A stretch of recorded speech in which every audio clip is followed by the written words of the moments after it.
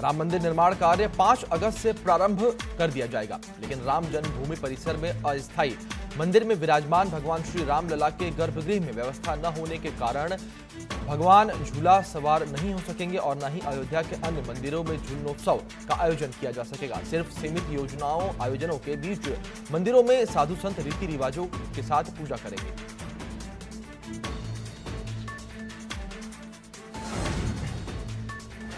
छात्र हित को लेकर यूपी की राज्यपाल ने सख्त निर्देश दिए हैं। कुलपतियों से कहा है कि किसी भी स्टूडेंट के भविष्य के साथ खिलवाड़ नहीं किया जाएगा। हफ्ते में एक दिन छात्रों की समस्याओं के लिए निर्धारित किए जाएंगे। साथ ही कहा कि छात्रों की शिकायत राजभवन तक नहीं पहुंचनी चाहिए।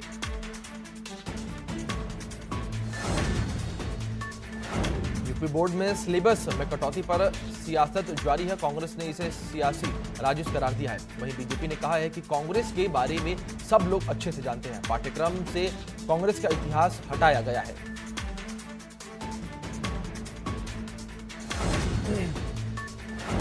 मेरठ में लव जिहाद का मामला सामने आया है। दरअसल अमित गुर्जर बनकर शमशाद ने प्रिया नाम की महिला से शादी कर ली।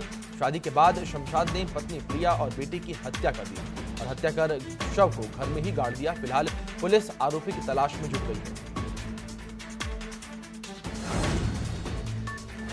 देश में 12,38,000 के पार कोरोना संक्रमितों की संख्या पहुंच चुकी है। 24 घंटे में सबसे ज्यादा 45,720 नए केस सामने आए हैं। एक दिन में रिकॉर्ड 1,129 लोगों की मौत हो चुकी है।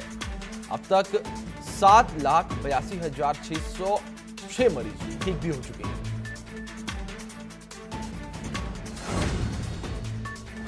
कोरोना वैक्सीन को लेकर WHO ने कहा है कि 2021 से पहले वैक्सीन बनने की कोई उम्मीद नहीं है। अगर रिसर्च को वैक्सीन बनाने में सफलता मिल जाती है तो अगले साल की शुरुआती दिनों में पहली उम्मीद नहीं की जा सकती है। कार्यकारी निदेशक माइक रेयान ने कहा कि वैक्सीन बनने में भले थोड़ी देरी ही क्यों न हो जाए, लेकिन सुरक्षा मानकों में कोई कमी नहीं होनी चाहिए।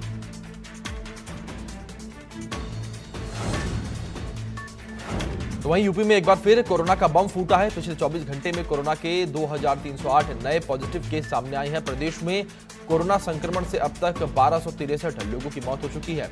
अब प्रदेश में कोरोना के 20,825 एक्टिव केस हैं।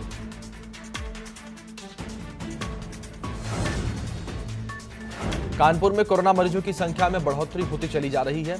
कानपुर में कोरोना संक्रमण के 108 नए केस सामने आए हैं। नए मरीज सामने आने के बाद जिले में कोरोना मरीजों की संख्या 3,015 हो चुकी है। वहीं कोरोना से अब तक 149 लोगों की मौत हो चुकी है। आपको बता दें कि जिले में कोरोना के 1,402 केस एक्टिव हैं। गाजियाबाद में लगातार कोरोना मरीजों की संख्या में इजाफा होता चला जा रहा है। आपको बताएं, गाजियाबाद में कोरोना के 80 नए केस सामने आए हैं। नए केस सामने आने के बाद जिले में कोरोना मरीजों की संख्या 4,206 हो चुकी है। तो वहीं कोरोना से अब तक 64 लोगों की मौत हो चुकी है, जबकि 2,843 लोग ठीक होकर घर लौट चुके हैं। गोंडा में भी कोरोना मरीजों की संख्या में इजाफा होता चला जा रहा है। 39 नए लोगों में कोरोना संक्रमण की पुष्टि की गई है। आपको बता दें कि करनैलगंज में एक ही परिवार के 8 लोग संक्रमित पाए गए हैं। नए मरीज मिलने के बाद जिले में कोरोना मरीजों की संख्या 346 हो गई है। तो वहीं इलाज के बाद कोरोना के 229 मरीज ठीक हो चुके हैं, जबकि कोरोना से अब तक 10 लोगों की मौत हो चुकी है।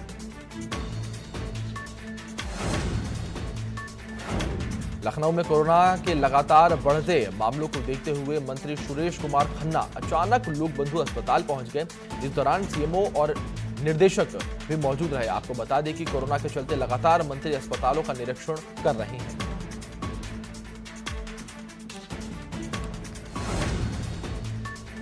महाराष्ट्र के कोल्हापुर में एक किसान ने खेत में धान की खड़ी फसल में गो लिख दिया। सालगांव में रहने वाले किसान ने बताया कि इसे लिखने के लिए वाक्य के आधार पर धान की बुआई की करीब 15 दिन बाद यह आकृतिक उभर कर आ गई। यह इलाके में चर्चा का विषय बना हुआ है। आपको बता दें कि केंद्रीय मंत्री रामदास अठावले ने गो कोरोना गो का नारा दिया था।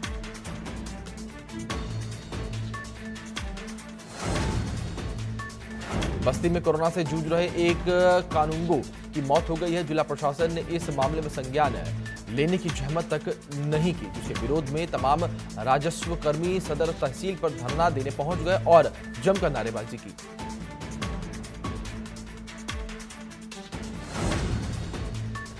कोरोना संक्रमण में तेजी को देखते हुए भोपाल को अगले 10 दिन के लिए लॉकडाउन किया जा रहा है। इस बार 24 जुलाई रात 8 बजे से शुरू होने वाला लॉकडाउन 4 अगस्त को सुबह 8 बजे खुलेगा। सरकार ने रक्षाबंधन को देखते हुए बहनों से अपील की है कि वे राखियां पार्सल करके त्योहार मनाएं। इस बीच अब उन 25 इलाकों को अनलॉक कर दिया गया जहां अभी लॉकडाउन था।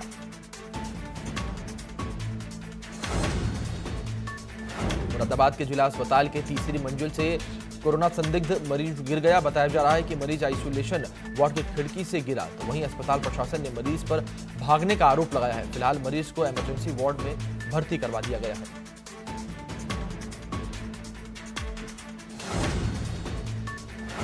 मुरादाबाद में कोरोना संक्रमण को देखते हुए सराहनीय कदम उठाया गया है। दरअसल पेपरलेस को बढ़ावा देने के लिए रिकॉर्ड में रखे जाने वाले रिजर्वेशन चार्ट को न छापने का निर्णय लिया गया है। इस निर्णय से न केवल पेपर की बचत होगी बल्कि सालाना 40 लाख रुपए राजस्व भी बचेगा। यही नहीं, उत्तर रेलवे में इसको लागू करने वाला मुरादाबाद पहला मंडल बन गया है।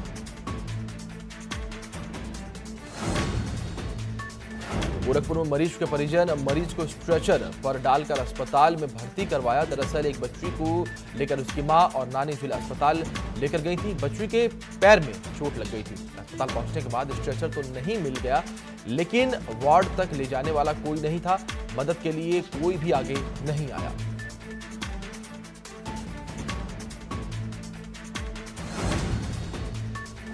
बदायूं में पुलिस और बदमाशों के बीच मुठभेड़ हो गई। मुठभेड़ में 25,000 के इनामी और उसके साथी को गिरफ्तार कर लिया गया है। आपको बता दें कि इनामी बदमाश हत्याकांड में शामिल था।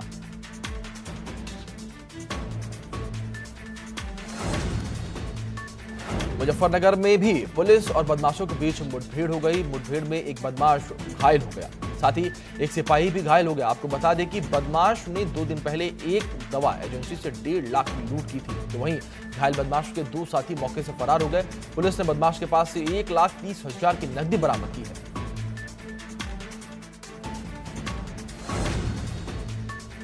यूपी में ऑपरेशन क्लीन के तहत नोएडा में भी पुलिस और बदमाशों के बीच मुठभेड़ हो गई। मुठभेड़ में गोली लगने से 2 बदमाश घायल हो गए। दरअसल बदमाश एक युवक से सामान लूटकर भाग रहे थे। फिलहाल पुलिस बदमाशों का आपराधिक इतिहास खंगाल रही है।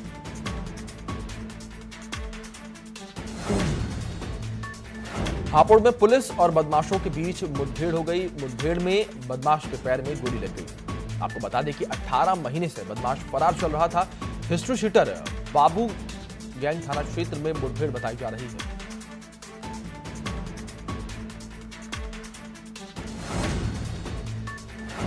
लखनऊ में सब्जी मंडी में भीषण आग लग गई। आग लगने की वजह से अफरा तफरी वहां मच गई। आग की सूचना मिलने पर फायर ब्रिगेड की टीम ने कड़ी मशक्कत के बाद आग पर काबू पाया। मंडी में लगी आग में पटरी दुकानदारों को काफी नुकसान हुआ है। आग की वजह से शॉर्ट सर्किट जो है वो बताई जा रही है।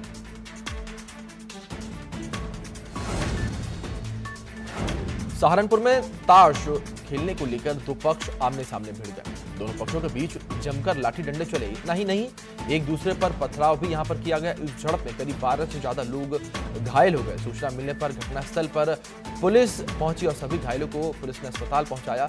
जिले के वरिष्ठ अधिकारी भी घटनास्थल पर मौजूद रहे। गाजियाबाद की जनता पुलिस की काबिलियत पर सवाल उठाने लगी है। चाहे पत्रकार की हत्या हो या फिर बिल्डर विक्रम त्यागी का अपहरण का मामला हो, जिसके चलते गाजियाबाद की नवयुग मार्केट में विक्रम के परिजनों और बिल्डरों ने कैंडल मार्च निकाला और आप नेता ने पुलिस के खिलाफ विरोध प्रदर्शन किया।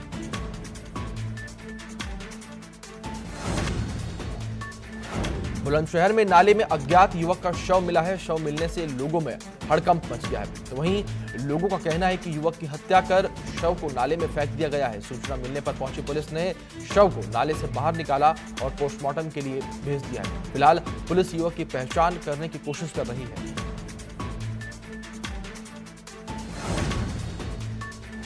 गाजियाबाद में पत्रकार विक्रम जोशी की हत्या पर बीजेपी की सांसद रीता बहुगुणा जोशी ने बेबाक अंदाज में कबूल किया है कि पिछले कुछ दिनों में न सिर्फ अपराधों में बढ़ोतरी हुई है बल्कि कानून व्यवस्था को खुली चुनौती भी दी जा रही है। उन्होंने कहा कि पुलिस की लापरवाही भी लगातार बढ़ती जा रही है, जिसकी वजह से अपराध बढ़ रहे हैं।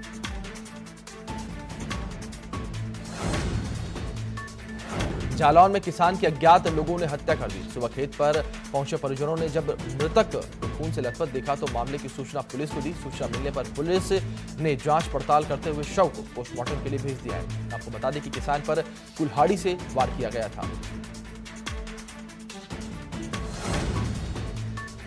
15 दिन में 2 सनसनीखेज वारदात से गोंडा दहल गया है।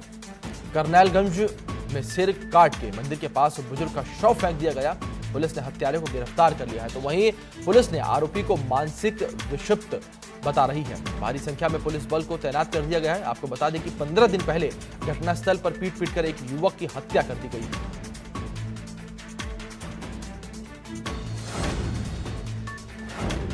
बुलंदशहर में एक कलयुगी मां बेटी ने अपने अवैध संबंधों में बाधक बने पति का कत्ल करवा डाला। हत्यारों ने पहले युवक को डंडों से पीटा, फिर गोली मारकर बेरहमी से हत्या कर दी। हालांकि पुलिस ने 13 दिन में ही इस हत्याकांड का खुलासा कर दिया और मां बेटी और उसके प्रेमियों को गिरफ्तार कर दिया है। कानपुर में घरेलू विवाद के चक्कर में शराब के नशे में बेटे ने मां की हत्या कर दी। बेटे ने मां की ईंट से कूचकर बड़ी ही बेरहमी से हत्या कर दी। सूचना मिलने पर पहुंची पुलिस ने आरोपी बेटे को गिरफ्तार कर लिया है। काशीपुर में एक बेकाबू कार ने बाइक चालक को रौंद दिया और कार को तेज रफ्तार में लेते हुए निकल गया। आगे पहुंचते ही 2 और युवकों को टक्कर मार दी, जिसको मामूली चोटें आई हैं। वहीं बाइक सवार का इलाज के दौरान मौत हो गया। स्थानीय लोगों ने कार चालक को पकड़कर जमकर पीटा, बाद में पुलिस को सौंप दिया। लखनऊ के किसान पथ पर भीषण सड़क हादसा हो गया। दरअसल सुमो और होंडा सिटी कार में भिड़ंत हो गई। इस हादसे में 2 लोगों की मौत हो गई। गाड़ी में फंसे 4 लोगों को गाड़ी काटकर बाहर निकाला गया, तो वहीं घायलों को अस्पताल में भर्ती करवाया गया है, जहां उनका इलाज चल रहा है।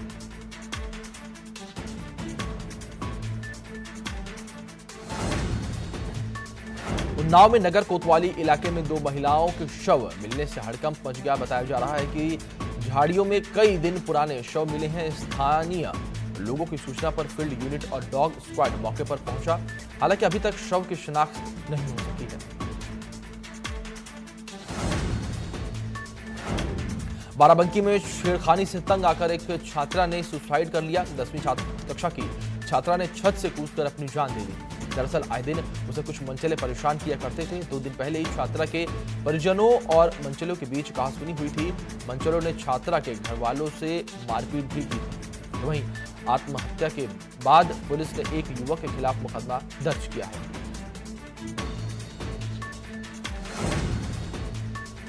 बाराबंकी में सरयू नदी के बाढ़ से लोगों को बचाने के लिए इस बार सीएम योगी ने जिस तरह से बाढ़ से पहले ही एक्शन में दिखाई दी है, उससे उम्मीद जगी थी कि अब की बार बाढ़ की मुसीबत नहीं आ पाएगी। लेकिन गांव के लोगों ने बताया कि बाढ़ के लिए आए पैसे को अधिकारी बंदर बांट कर रहे हैं।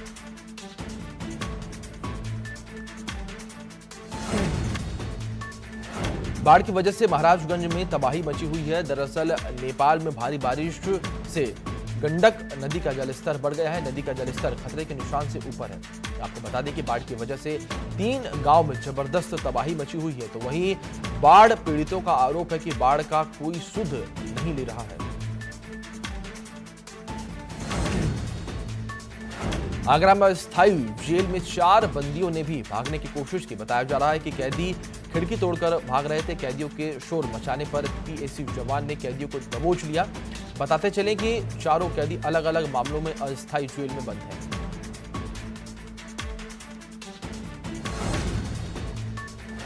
मिर्जापुर समेत प्रदेश के कई जिलों में विख्यात रही कजरी गीत अब विलुप्त होने की कगार पर है। सावन शुरू होते ही पेड़ों की डाल पर पड़ने वाले झूले और महिलाओं की तरफ से गाई जाने वाली कजरी अब आधुनिक परंपरा और जीवन शैली में विलुप्त सी हो गई है।